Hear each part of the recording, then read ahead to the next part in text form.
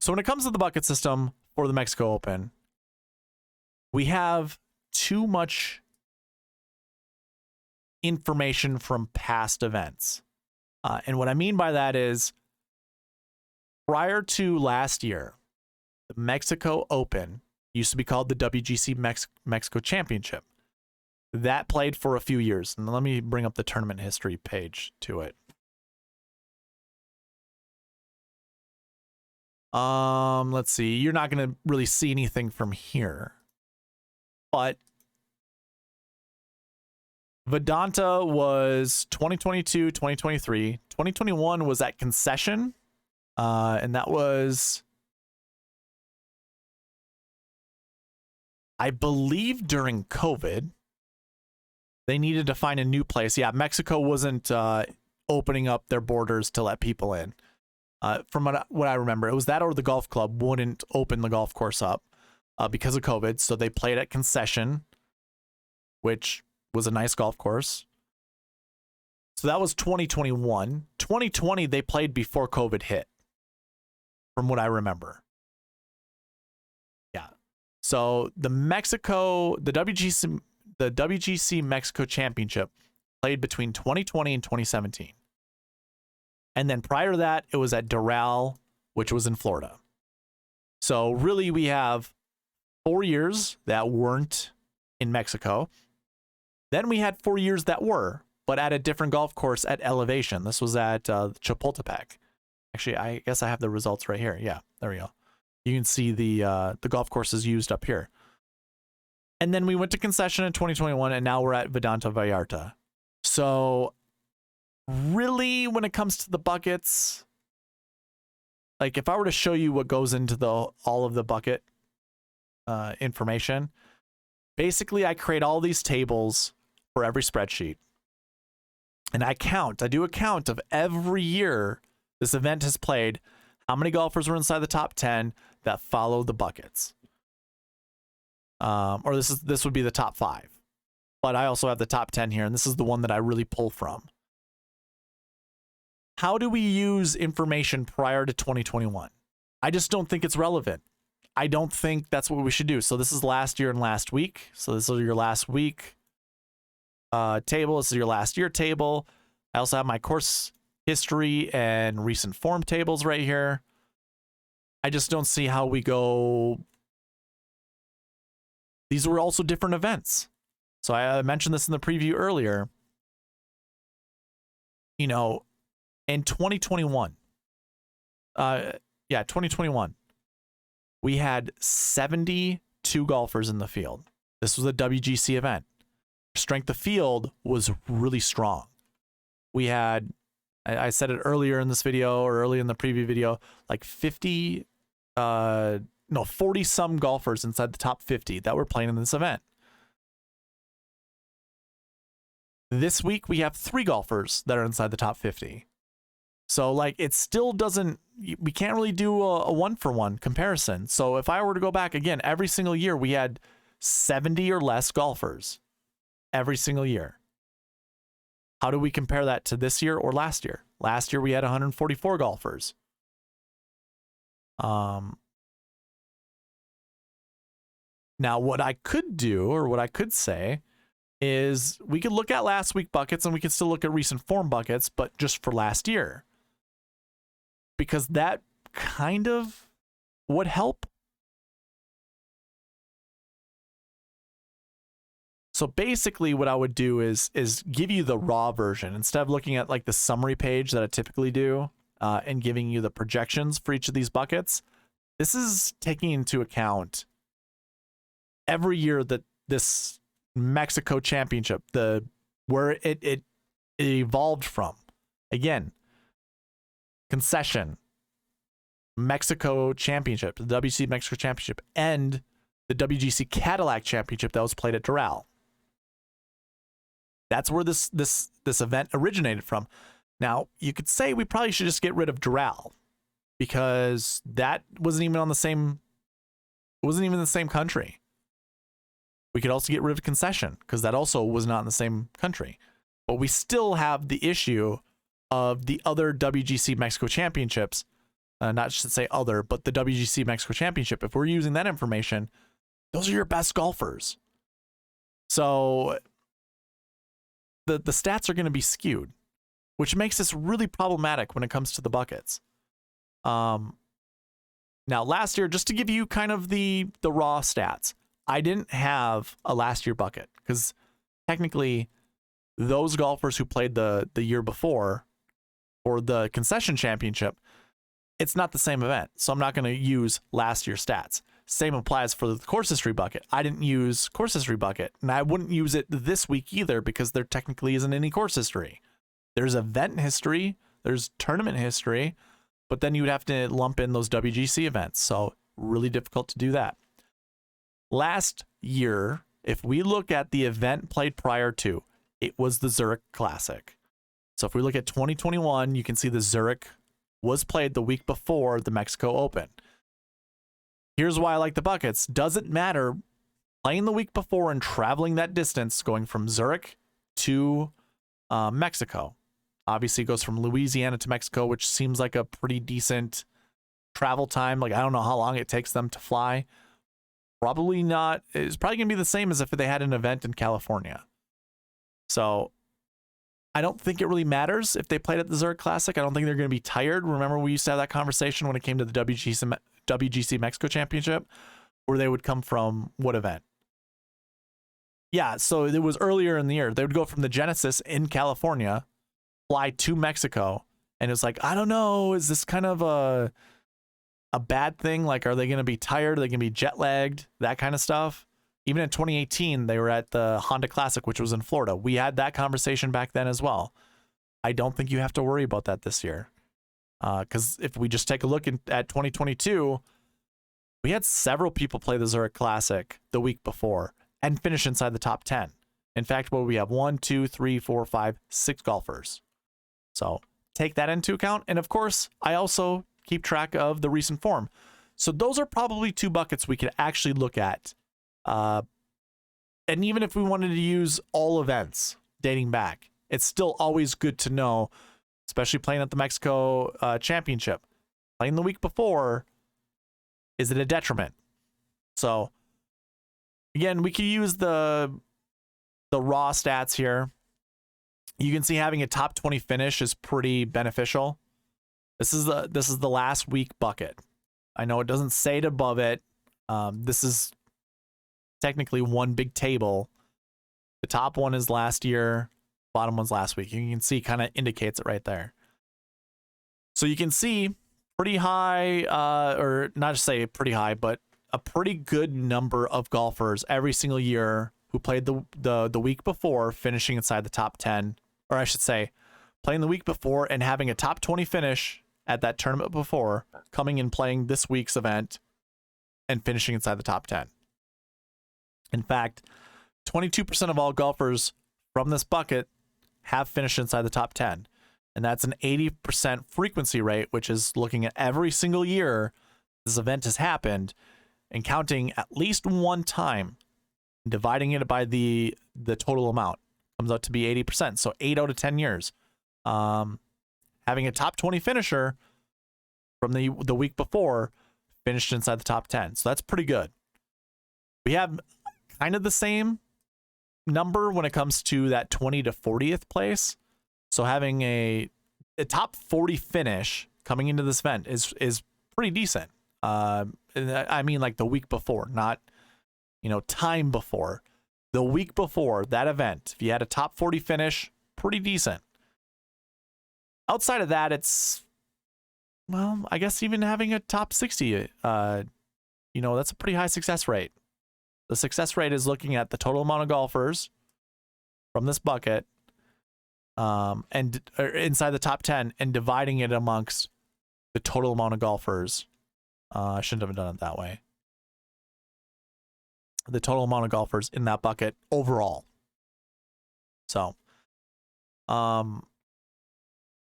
super interesting. Why do I have a success bucket for this? Oh, that's cuts made. My apologies. We're looking at this number down here.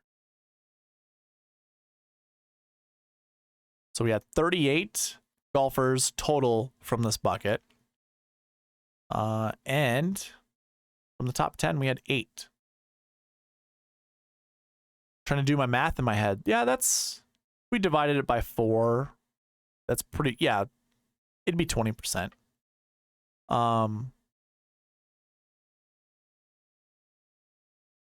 Not a high frequency rate, so don't get it twisted.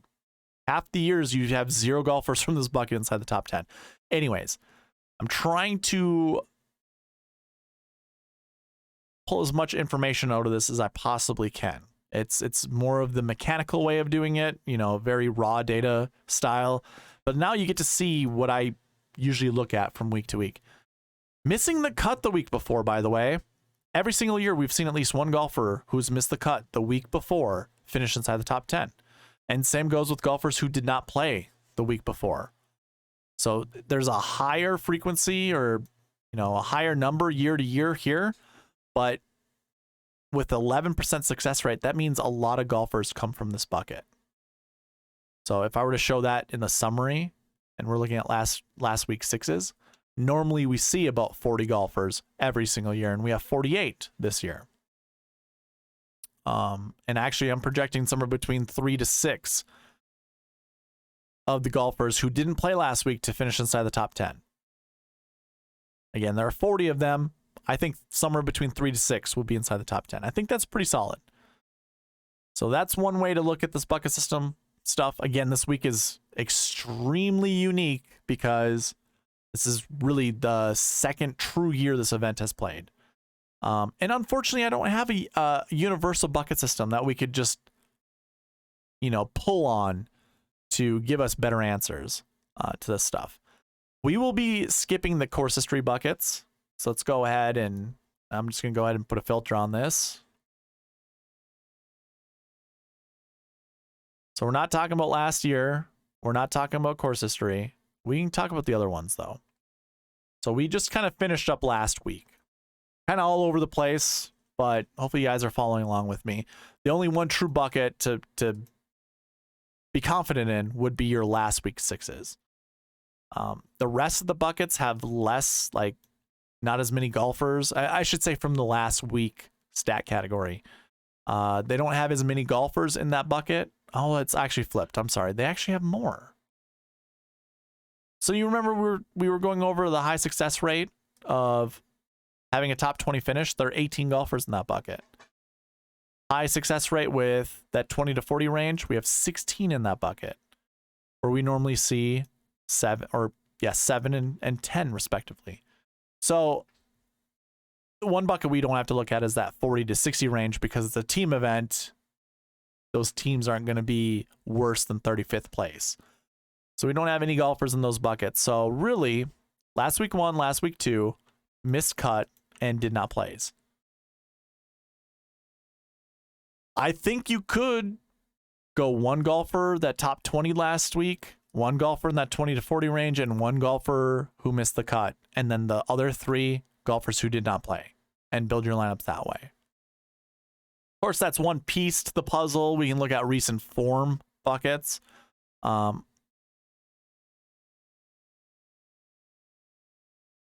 think this is still a good bucket to choose from. Because, one, even if we had those WGC events where your best golfers are going to, their recent form heading into that event would have been really good. Like, if we take it, for instance, this recent form 1 bucket's like having a top 20 finishing position, like average finishing position over the last 7 weeks, they would be in this bucket. We normally see 8. We only have 2 this week. It's a 28% success rate, and you can see the projection is still 0 to 1, essentially. So the projections kind of safeguard us from looking at those raw stats like I had on the screen before and loving, like, becoming enticed or entranced in selecting golfers. Because if I were to show you this bucket, you'd be like, oh my gosh, 3, 3, 4, 2, 2, 1, 1, 3, 4. Like, that's insane. 28% success rate, 90% frequency rate. Sign me up. Well, this week we have just 2 golfers in that bucket. And I guarantee you one's probably Rom, I imagine. If I go ahead and put a filter on this. You could also put a filter on the cheat sheet Again, that's available in the description of this video. Forgot to mention that earlier. But if we were to look at all the recent Form 1 golfers, it isn't Rahm. Rahm's a recent Form 2 golfer. You have Wyndham Clark and Sean O'Haire. Yeah. Well, if you're using the old numbers or you're using the raw numbers, it might convince you to play Wyndham Clark. And it probably not the right choice. A heavy amount of our projections are between recent Form 2 and recent Form 3. And I think that's just fine. We're pretty much on par with how many golfers we see in recent Form 2 bucket that we see every single year.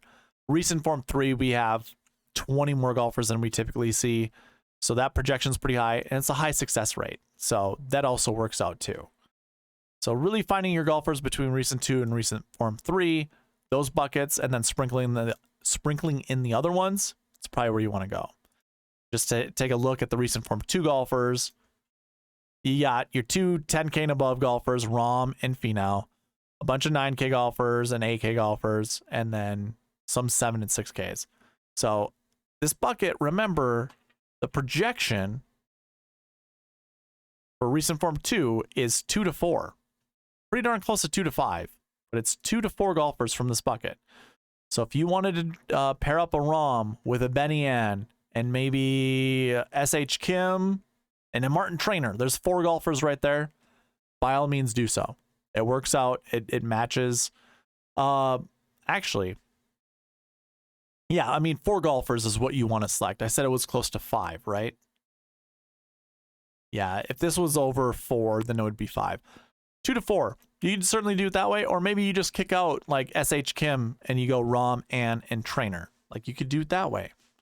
Or maybe you just don't play Rahm at all and you play one of these guys. You know, play 3 of them. Play up to 3, play up to 4. That would work out. In recent Form 3, there are 42 golfers in that bucket. Really difficult to pinpoint, you know, the 1 to 4 projection that we have on the screen. I mean, do with that as you will. We'll go over this in the strategy video tomorrow, but recent Form 3 golfers, I'll show you quickly. Patrick Rogers, I don't mind playing him this week. A bunch of 8K golfers. So maybe this is where you choose your 8K golfer from. I mean, Emiliano Grillo seems pretty nice to play. Maybe even Ben Martin. I'm probably going to stay away from Beau Hosler, but I don't mind going back to like Brennan Wu, who finished 3rd or 2nd here last year. Steven Yeager. I mean, those are all reasonable options in my opinion. And then you got a bunch of 7K golfers down here that I also don't mind playing. So that 1 to 4 projection, I'm probably going to play somewhere. I'm probably going to play at least 3, but definitely 2 and above. And that's pretty much all I'm going to talk about the recent form buckets, because everything else is 0 to 2, which is like play at your own risk. Not a super high success rate, not a high frequency rate. Yeah, play at your own risk. And maybe just play 1 at most. Now, when it comes to salaries, which is kind of funny, 1 to 4 is my projection. That cannot be right. There are only 2. Just shows you how wildly successful this bucket is. For it to have this high of a projection, it's insane. You can't have 4 golfers. I don't understand how that's possible.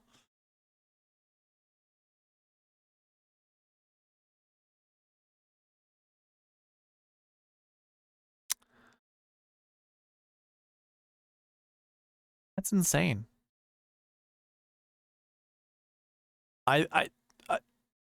The bucket system must just love Jon Rahm that much, where he counts as like maybe 2 people or even 3 people. 1 to 4? How is that even possible? That makes no sense to me. I've got my calculation in here. I'm trying to figure out how it calculated that.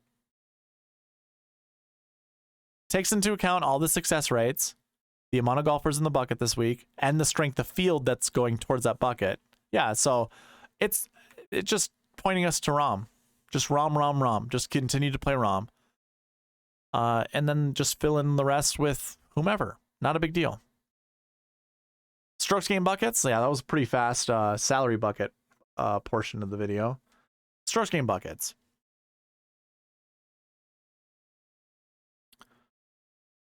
Your strokes gained 1, projecting 2 to 4. There are only 5 golfers in that bucket, and guess what? Rahm is one of them.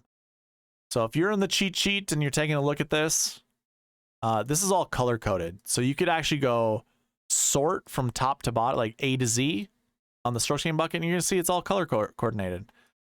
Yeah, Rahm's Rahm is in this bucket with 3 other guys that are 9K and above, and then Cameron Percy. You can just exclude Cameron Percy out of this.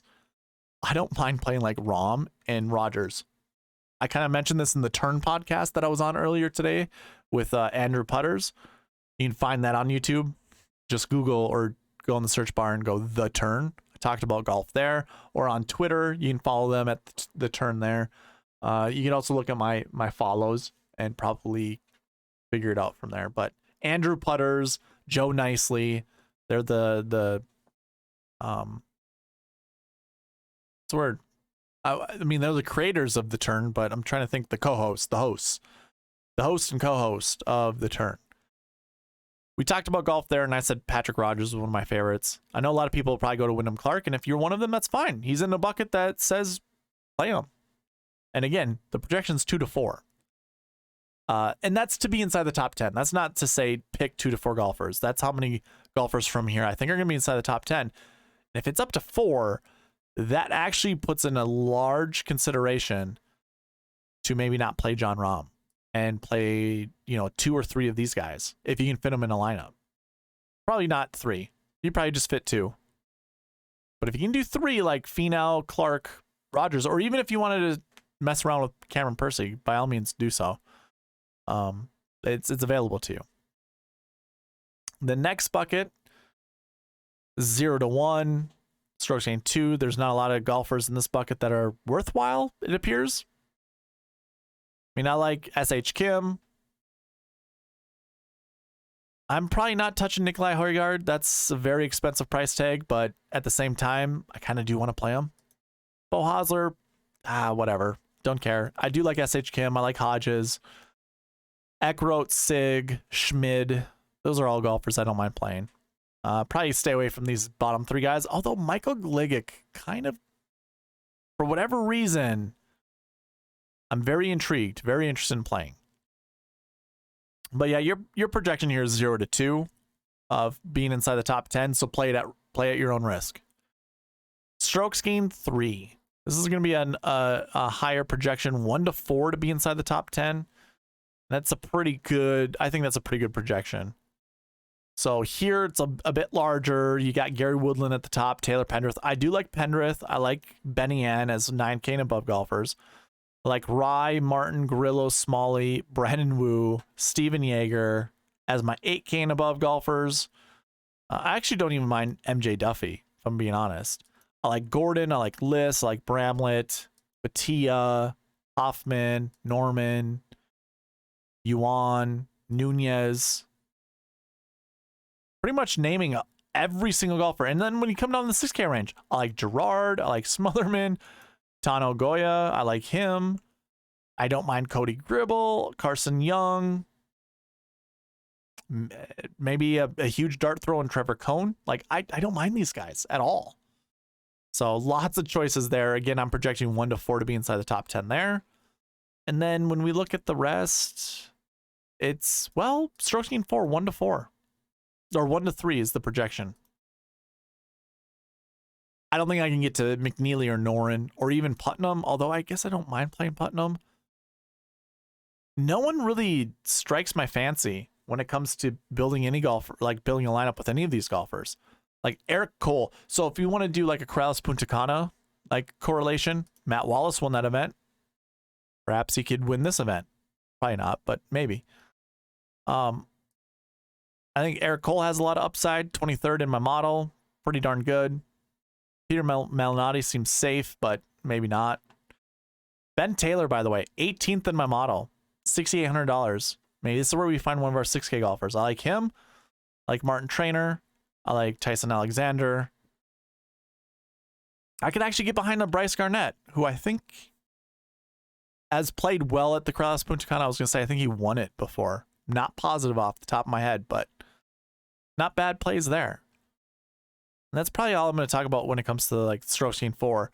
5 and 6, I just say play sparingly. We do have EVR down here, who is a guy that I don't mind playing. If I'm playing EVR, I'm not playing any of the other guys that that have this pink color next to them, I'll just stay away from that. I only want to play at one of these guys.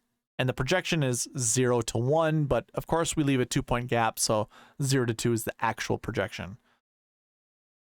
And then strokes gained 6 are probably going to be the guys who just qualified for this event. Yeah, so you can see a lot of these guys have Spanish-speaking names, or not speaking, but Spanish names. They qualified through their local qualifiers to be in the Mexico Open. That's all that I have when it comes to the bucket system. I'm going to try to keep this under an hour, so I'm going to get through this. I actually have 3 minutes to finish up. So yeah, we didn't have much to talk about with the bucket system, unfortunately. Thank you for watching, you know, all of the portions of this video, but, you know, here with the bucket system. Remember, I cut these all up into segments, so you can go ahead and comment on any of these and you'll get a free entry. By the way, why don't we go ahead and talk about that? So when it comes to the giveaways, remember, oh yeah, timestamps. Forgot that that was going to be showing up. You get a chance to win $5 every single week. I do a $5 giveaway every preview video that I have. So that usually comes out Monday night. And we ran one earlier today. So go check it out. Joanne, you're the winner. Also, those weekly giveaways go into the monthly giveaway you see on the screen. Now, we need 30 new subscribers before we hit that goal. That's you see all the way over the side of the screen there. Once we hit that goal, I will give away $50 for the monthly giveaway. If not, I give away a t-shirt that has this logo, but it'll be spun the right side around for you. That way someone, you know, I will provide a winner for a monthly giveaway. So we'll always run a monthly giveaway. It'll be the first Monday of the new month. And every weekly giveaway, every weekly entry, I should say, goes towards that monthly giveaway. So I like to reward those that participate on the channel. And if you want to participate, just leave a comment down below. Do you need a topic? Give me your 2 favorite golfers, and you'll get put into both the weekly and the monthly giveaway. Outside of that, there's a prize picks rebate, basically, that I'm providing. Check the description of this video. There's a link that'll get you to the sign up page, or at least the home page. Go hit sign up. It'll already populate the Sweet Spot promo code for you. You put $20 in your account, I'm going to give you $20 back. Plus, prize picks will match your deposit up to $100. And of course, I did have a cheat sheet available. You could have found that in the description of this video. If you want to go back and kind of compare as I'm talking about things, you certainly can. Again, that is available in the description.